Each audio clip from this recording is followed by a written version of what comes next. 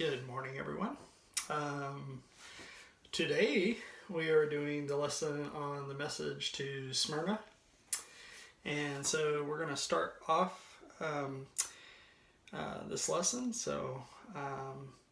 In a little bit different location today because, quite frankly, the kids are listening to a movie and apparently they have to have it on maximum volume. So I picked a different location today to do the lesson. So if you have your Bibles, I'd ask you to open them and turn over to Revelations, the second chapter. We're going to be reading verses 8 through 11. And again, this is a message to Smyrna, which means bitterness. And what's interesting, it derives from the word myrrh, which if you're familiar with your studies in the Bible, we have frankincense and we have myrrh that was delivered to Jesus. This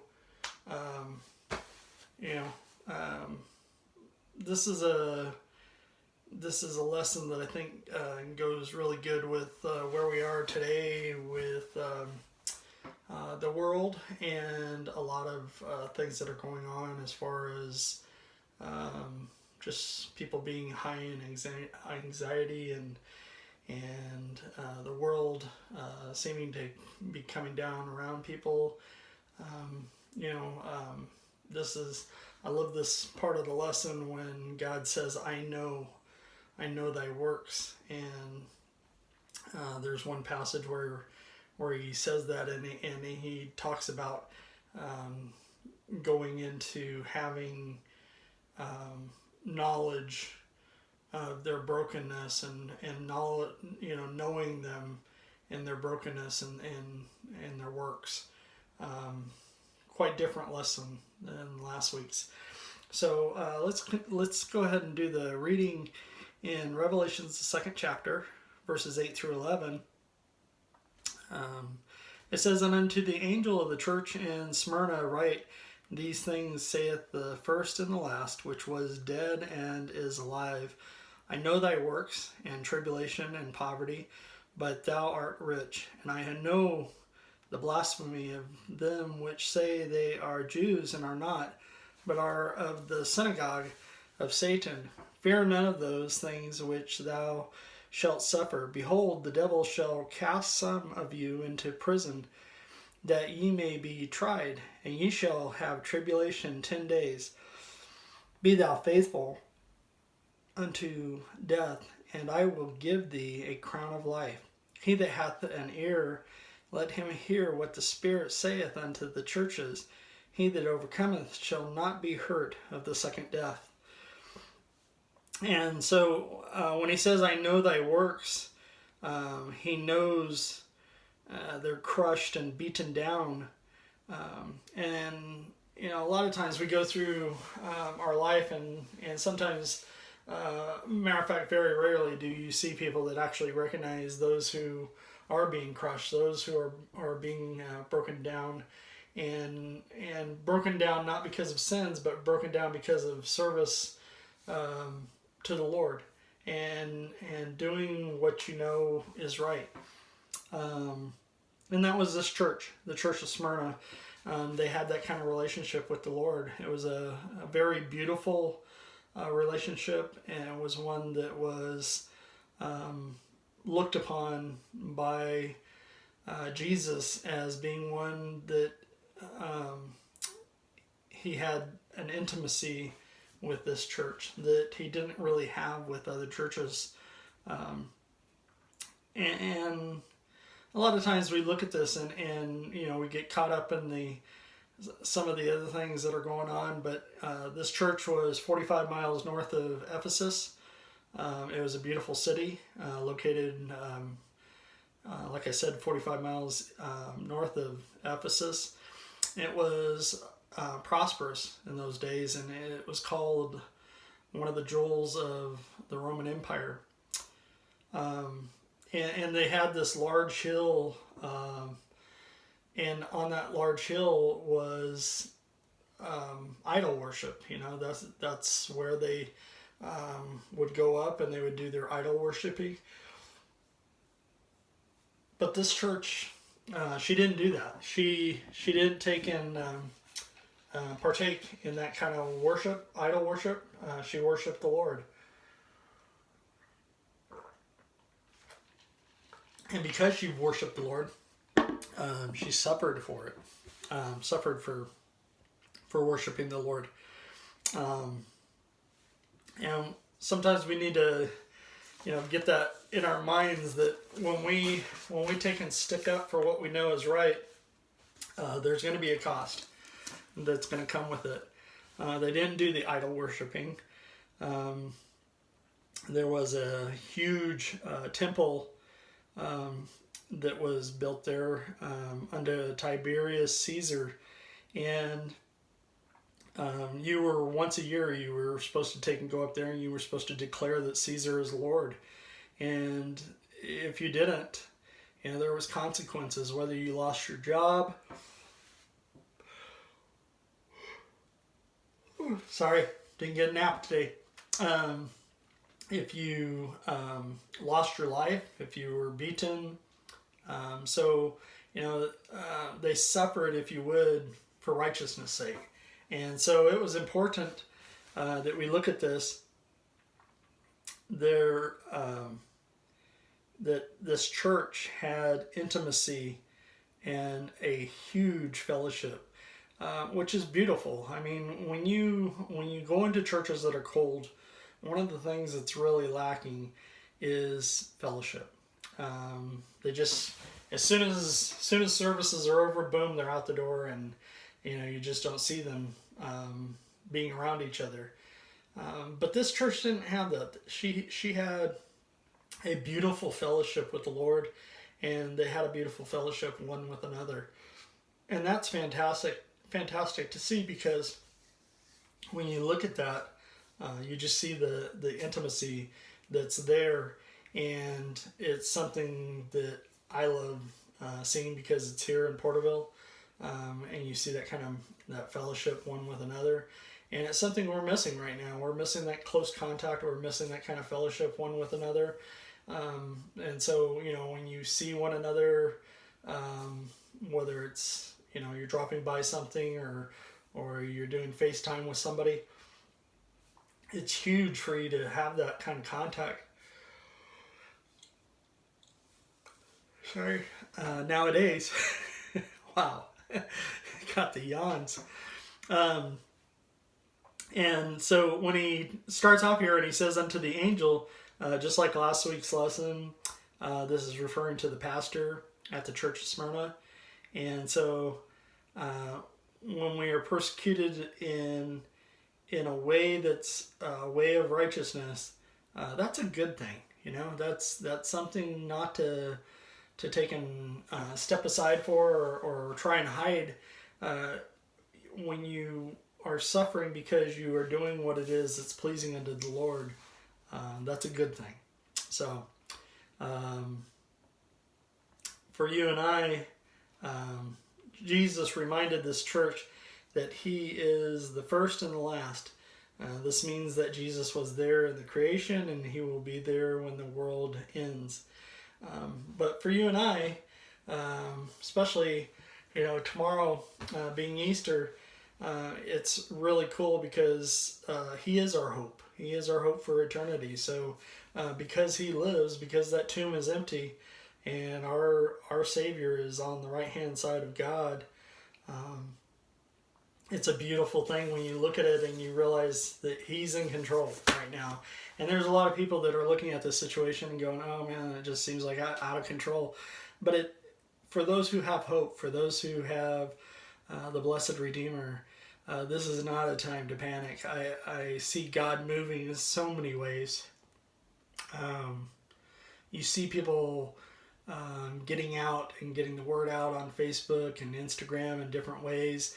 You see people putting up Christian concerts and things like that. You see all the things that were idols to people just sort of being taken away and removed. And I love that, because all the things that were keeping people busy and sort of unfocused when it comes to their concentration towards having a simple life towards God. All of those things have been removed, and it's made it to where everything is back around being around the family and being around God and having just an intimate time of devotion in His Word and a time of looking at things that matter to you. And I don't know if you've got that, but I have, and I love that we're in that time where your concentration as far as what it is you're thinking about, it's focused on the Lord. And this church, in verse 9, he says, "I know thy works and tribulations and poverty, but thou art rich. And I know the blasphemy of them which say they are Jews and are not, and are of the synagogue of Satan." I had talked about earlier, I know thy works, that you're beaten down and crushed. I know your tribulation that you're going through and poverty. We are never alone when we're going through things like that. God is always with us, and I want us to always focus on that is we're not alone. God's in control. And yes, we're going through those tribulation, and yes, we're going through those trials and being crushed down and being worked, if you would, by the Master's hand. But I want you to get this, that we are not alone. I love that word "but." In verse 9 it says, "But thou art rich." God's recognizing, yes, you're poor as a church, but you are rich as a church. All of your blessings, all of your rewards are up in heaven. And it matters who it is that God, when He looks at your riches, it matters what it is that He says, not what it is that man says. It matters that what we put away are things that are going to go with us to heaven, and those are things that they don't rust, they don't corrode, they don't take in, they're not able to be contaminated or stolen. These are things that are riches that are placed up in heaven by God Himself. Jesus mentioned an ascending scale of problems this church faced. It began with the assurance that Jesus knew what these people were going through. And it's important for you and I to get that Jesus knows what it is that we're going through. He knows the extremes, and He is there with the hope. The hope for you and I is that Jesus took and arose, and He conquered the grave, and He conquered sin. And one day He is going to take sin and hell and Satan and all those that are in hell, and He's going to cast them into the lake of fire. And so for you and I, we look at this church, and this church, they went through so many different things. It is one of the shortest, if you would, passages regarding a church of the 7 churches. But what's interesting is there's nothing negative that he says about this church. And I love that. He says, "I know." Another of Satan's devices is to make us think that no one else knows what we are enduring. Satan attempts to isolate us. When he can isolate you and make you feel like you're all alone, you just let your mind start going crazy as far as, different things that you think of that way. And so, you start thinking that you're alone, that you're weak. You start thinking that somehow, you can't take and actually do what it is that you're wanting to do.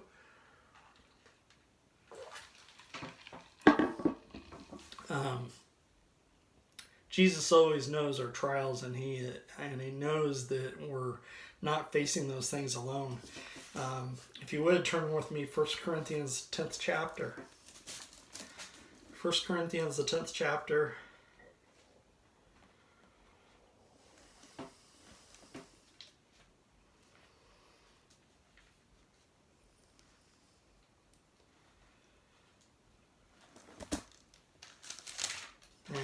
I'll lift my fingers. It's okay. 1 Corinthians the 10th chapter, verses 13 says, "There hath no temptation taken you, but such as common to man. But God is faithful, who will suffer you to be tempted above all that ye are able, but will with the temptation also make a way to escape, that ye may be able to bear it.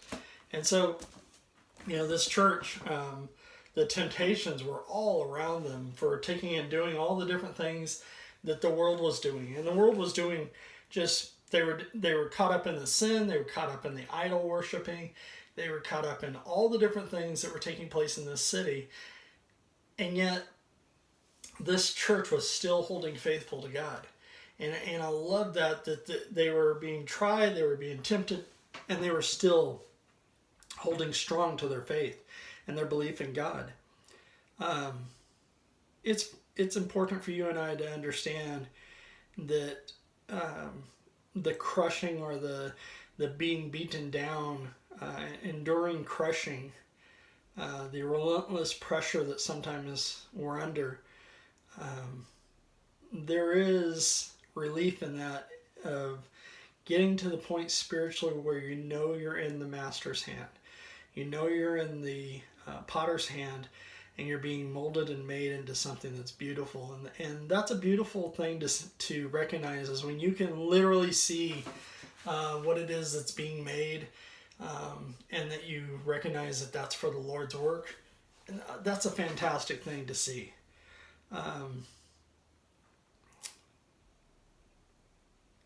The writer put, there is a strange blessing in poverty.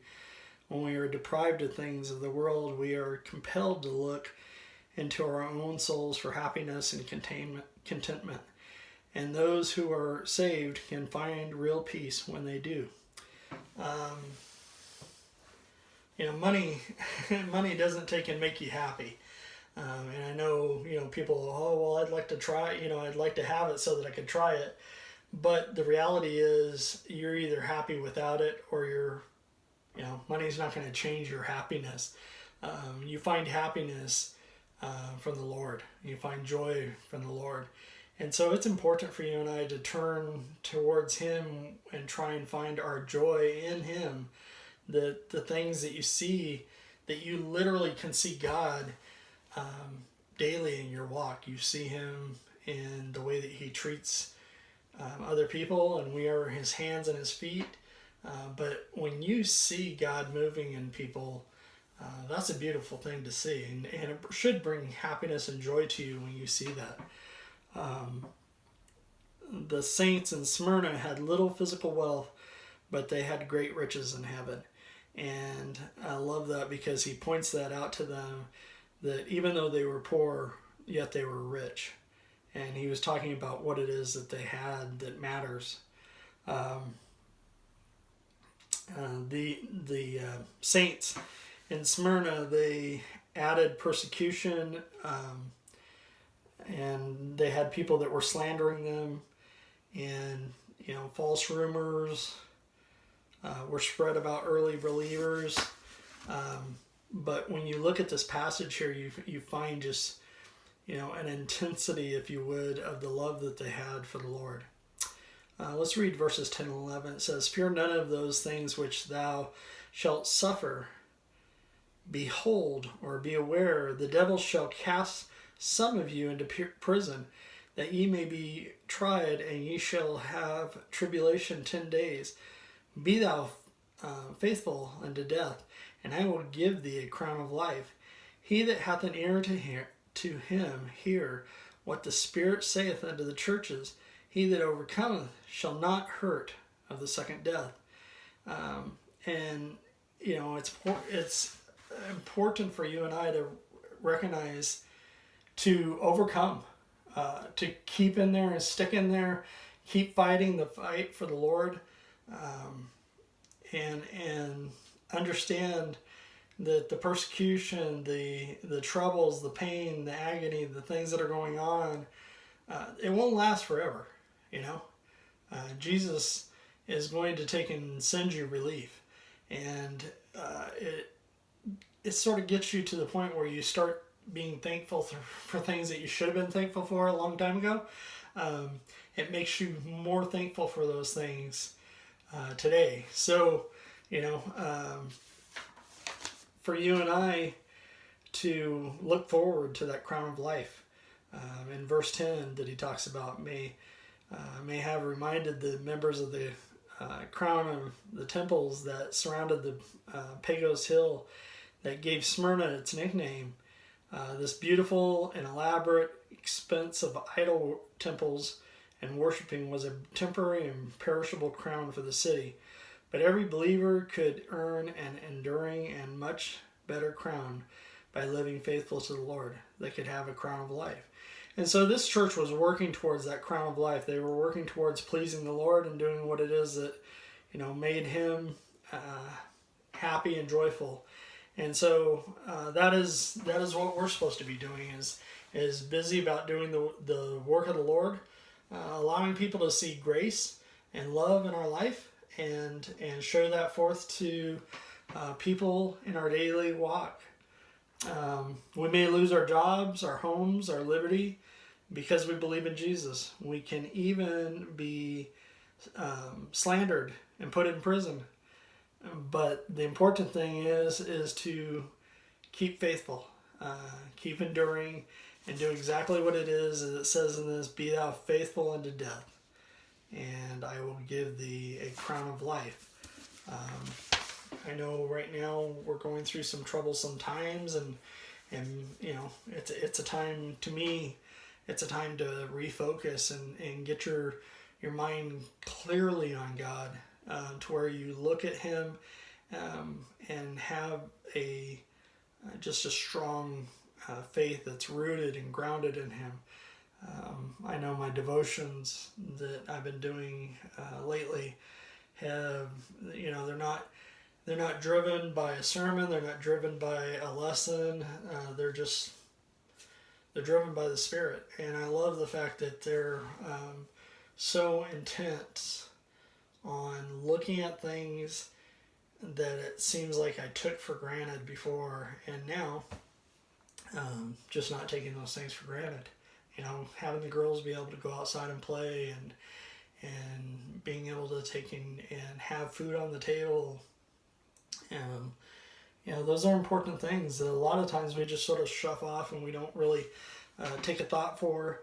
But it's important for us to be just thankful for what it is that God does for us, breath of life. We have church members that are struggling with just breathing, and how many of us take the thought to pray for those who are struggling to be able to take a breath of life. This church, they were a breath of life in that community, and those that were around them, they saw it. If you were looking for life, this church was exemplifying that and showing that forth in their daily walk. Revelations, the 20th chapter, verse 21.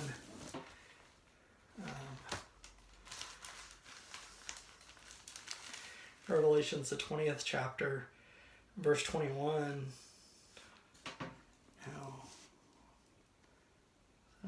Revelations, 20:21. So, second chapter, verses 20. Yeah, second chapter, verses 20 and 21. Says, notwithstanding, I have a few things against thee. And so this is talking about the next lesson, which is Thyatira, and that was the one that we did last week. And so you got to look at, that this was an example to all the churches that were being pointed out at that time and being shown as examples in those times.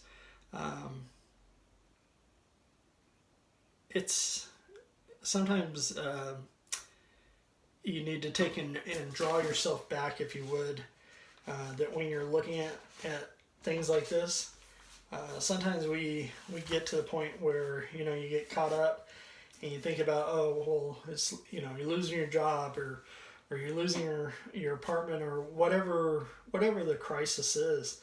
But understand, as children of God, God is always looking out for you, and He has what it is that He wants best for your life. He has that in His intention. And so for us to look at things like this and go, okay, yeah, seems like it's just a complete upheaval. And yet God is in control, and He's showing forth His love and compassion every single day. I hope that you have time this week to look at this lesson. I hope that you have time to. I know this is going back like 2 weeks, 2-3 weeks, and so all I'm trying to do is be able to go back and show some of the churches that we had already we passed over because of this coronavirus. But I'm trying for us to touch on some of those, and then that way. Then we can just take and do, week by week as far as the lessons are concerned. Brother Phil is going to be doing tomorrow's lesson, and I hope that you listen to that and get the blessings that are coming out of that. But take time to pray for one another. Reach out to our class members. Take the time to take and call and just fellowship that way, fellowship over the phone, fellowship with FaceTime, different means. I know at the beginning of the week a bunch of us got together that were family members and wished Phil a happy birthday, and it was just it meant a lot to me for us to all get together and be able to talk to each other. So take the time to do that and share prayer request, put them down in the notes, and we'll move them around through the phone, phone calling each other. I love you guys, and I miss you, and I hope you guys have a great day. I love you. Bye-bye.